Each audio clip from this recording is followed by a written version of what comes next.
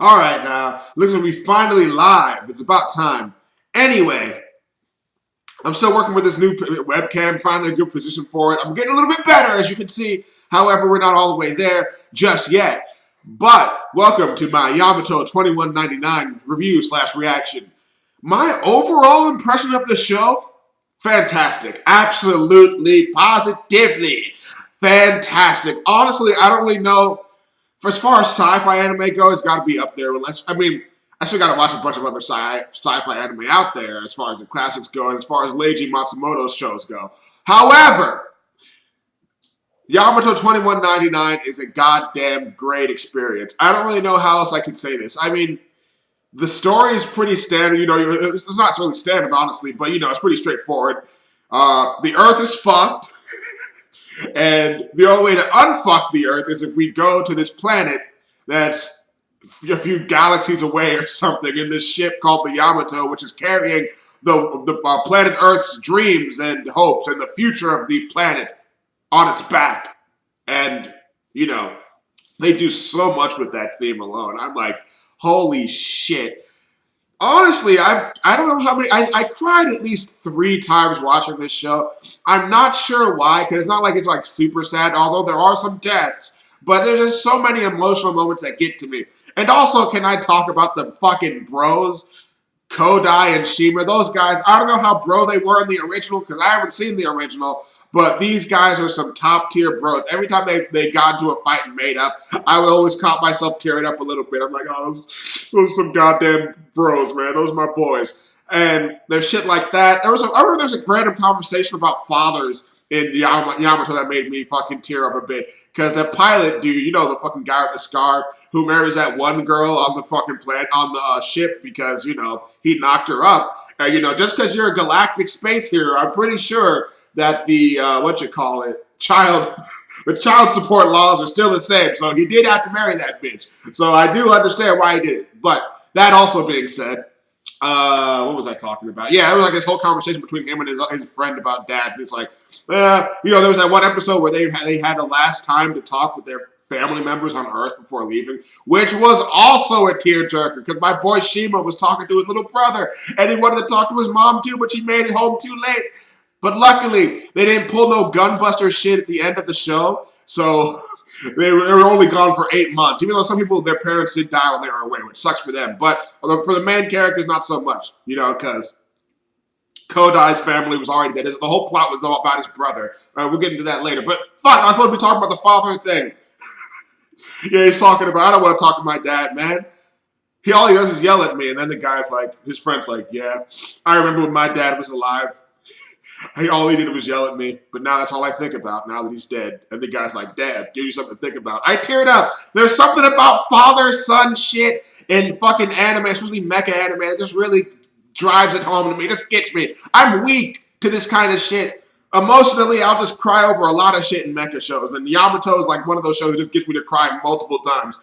Even as I didn't cry for the random soldiers who died in action, but damn, just seeing them get fucked and seeing the characters' reaction to it was so shitty because these guys are a family. They're just trying to get back home, but the blue people won't let them do that. I forget Gomulus, right? I think that's the name. I forgot the name because I sped through that shit. But there was so much badass shit on that side too. My boy Doel or fucking Elk, whatever the fuck you want to call him. That dude is a goddamn legend. He was the ultimate rival for the Yamato. These guys were, every time he showed up, these guys were in trouble. And there was also that one beast with the fucking beard who was voiced by Nakata Joji. So that alone, like, let me maybe like that character. He had, like, the whole beard going. He had the whole badass crew thing. And even picked up one of the fucking traders from the Yamato. You know, that fat guy who was a part of the coup. But I also felt bad for that one Snake Eyes dude who died. That sucked. But yeah, there's just so much in here that's so good about this show. I mean, the fights in Yamato are great. Like, every time the Yamato takes damage, you feel that shit. It's like, oh, shit. Like, every time the Yamato got hit, I was cringing because that's their only hope. And, of course, you know it has plot armor and literal armor that's going to stop them from dying, but it's still really fucking tense to see that shit. And also, my boy Elk, or Dole, whatever the fuck, I salute you. even though you tried to fucking do some kamikaze shit at the last second. Thank God the Yamato shields came back on. That whole fucking conversation between Okita and fucking Dole or whatever. Oh, it was so cool. It's like, yes, you're also a beast of a captain, and I respect you. Oh, I also think you're a beast of a captain, and I respect you too, bro. And now we're on that subject. How about you don't blow yourself up onto our ship? And it's like, I kind of have to because you killed my boys, and, for any of this to mean anything, we kind of have to go through with it. So that was cool, and I was like, okay, some manly-ass shit. Salutes all around. But last but not least, Captain Okita. One of the godliest captains I've ever seen in any mecha show ever. This dude might be number one for me. Okita is a fucking legend. This dude doesn't take no smack. He doesn't even have to fucking do any physical abuse or anything because he's such a goddamn beast that all he has to do is yell and all the shitty teenagers shut up and listen to him. He's like, oh, but sir, we don't want to do this. What if we die? And he's like, God damn it, boy, I told your ass. The only way to get through a war is by taking risks, which is true. But some of those Okita risks were kind of crazy. But considering that he got the job done, I can't really fucking say anything against him. And also, what the fuck? I hear also salute for that great death scene where he's just sitting there and he's like, would you please give me some time to myself? And his doctor boy knows he's not going to see him again. I cried at that too because I knew he all knew the whole entire show that he was going to die. But goddamn, it was so sad when it actually happened. He's such a good man. He actually made it all the way to the way back. I thought Okita was going to die like in the middle of the fucking show and some shit like, Kodai taking over as captain or something. But that didn't happen. He actually made it the round fucking trip. I knew he was going to make it to the fucking, like the first end of it, but I didn't think he was going to make it back. So Okita, you are a goddamn beast and you shall forever be in my fucking personal mecha / Hall of Fame top tier old beasts.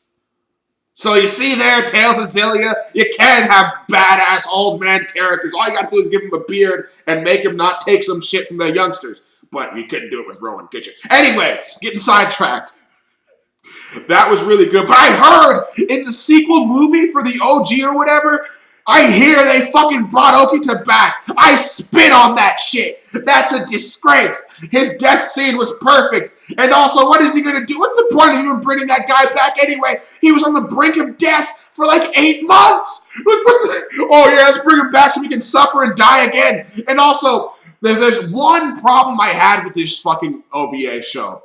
It was the fact that they brought Yuri back at the end of the show. I mean, yeah, I understand the whole love is supposed to prevail. It happens in a bunch of shit I like. I got it.